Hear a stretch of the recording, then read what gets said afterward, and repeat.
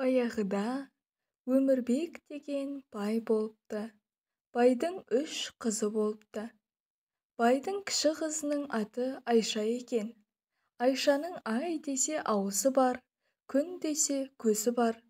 Үріп ауызға салғандай сұлу екен. Күндердің бір күнінде бір бала келіп, Өмірбектің қойын бағады. Бұл баланың келу себебі былай еді. Әкесі, шешесі ағаларынан ерте айырылып, жасынан жоқшылық пен жетімдікті бірдей көріп өседі. Содан бұл бала бір байға жалданады. Көп кешікпей сол ауылда жұқпалы ауру тарайды. Ол ауылдың ақсақалдары мен қарасақалдары осы ауруды әкелген осы бала деп баланы ауылдан қуып жібереді. Қашып келе жатқан баланың алдынан сол жалданған байдың баласы кездеседі. Ол аң аулап келе жатыр екен. Байдың баласы кездескен үйіндегі жалшы бала екенін танып, «Әй, бек, бері кел» деп шақырады.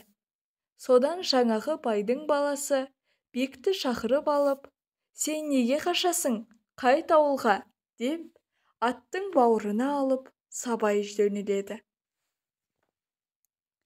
Бек, кетсем өшімді алып кетейін деген ойға келеді. «Қайтсам қайтайын, артыңа мінгестіре кет» дейді жалынған болып. Байдың баласы «Кел» деп еңкейе бергенде, бек қолынан шап беріп ұстай алып, аттан жұлып тастайды да бастан бір тебеді. Сөйтіп, атын, қару-жарағын тартып алып, бек беті ауған жаққа қарай жүріп кетеді. Жүріп келе жатса, алдынан бір ауыл кездеседі. Бек осы ауылға келіп, қойшы болады. Бұл әлгі Өмірбектің ауылы еді. Бек осы ауылда тұра береді. Бір күні бек суға шомылып келе жатса, Өмірбектің 3 қызы суға келе жатады. Айша бекті көріп, оның тұлғасына, бет ажарына қызығады. Ақыры бек пен Айша бір-біріне ғашық болады. Бірақ қосыламыз деуге байдан қорқатын еді. Өмірбек ішінен, осы қыздарымды ешкімнен қалыңбал алмай-ақ сүйгеніне қоссам деп ойлайтын еді. Бір күні ол қыздарын жинап алып, оларға өзінің ойын айтады. Сөйтіп барлық елін жинап алып, «Қыздарым, кімді ұнатсаңдар, соны алмамен ұрыңдар» деп үшеуіне 3 алма береді. Өмірбектің қол астындағы халық түгел жиылады. 3 қыздың ішінен үлкені мен ортаншысының ұнатқаны байдың балалары, ал Айшаның сүйгені манағы бек болып шығады. Өмірбек Айшаға өкпелеп, басқа қыздарын жасаулармен ұзатады да Айшаға жасау бермейді. Олар өз еңбектерімен күн көреді. Күндердің күнінде Өмірбек қатты ауырады. Бұған бақсы балгерлердің айтуынша, киіктің еті ем болады дейді.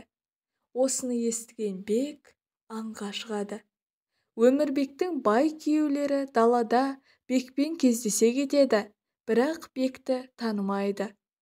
Бек бұл кезде киік ұстап, бауыздап жатады. Бектен жанағы бажалары тұрып, ет сұрайды. Бек оларға киіктің қарын сұрындарын береді де, оның ақысына арқаларына таңба басады. Бек киіктің етін әкелген соң, жақсылап пісіріп, табаққа салады. Табақтың бір шетіне сиырдың тезегін салады. Айша етті әкесіне апарып тартады. Әкесі жеп болған соң, «Мына тезегің не?» дейді. «Сиыр қорада тұрамыз, өзіңіздің берген үйіңіз ғой, мүмкін байқаусызда түсіп кеткен сиырдың тезегі шығар» дейді қызы. Бай күйеу балалары да қайын-атасына киіктің шек қарнын береді. Өмірбек киіктің етін жегесін жазылып кетеді. Бай күйеулері, «Біз киік атып әкеліп, атамызды өлімнен жазып алдық» деп мақтанады. Бек бір күн бойы баяғы бай баласынан тартып алған киімді киіп, атты мініп, Өмірбектің үйіне барады. Өмірбек Бекті танымай қалады. Бек: «Сізді ауру деп еді, кім жазды?» деп сұрайды. Өмірбек өзінің бай күйеулері жазғанын айтады. Бек: «Бай күйеулерінің киіктің етін кімнен алғанын айтады». Өмірбек оған сенбейді. «Нанбасаңыз, күйеулеріңізді шақырып алдырыңыз, олар анығын айтар» дейді. Өмірбек күйеу балаларын шақыртады. Арқаларына таңба басылған бай күйеу балаларына тана алмайды. Адамның қасиеті малда емес, адамшылдығында дегенді Өмірбек сонда ғана түсінеді. Айша сұлу мен Бек адал еңбегімен бақытқа жетіп, елге қадірлі болыпты.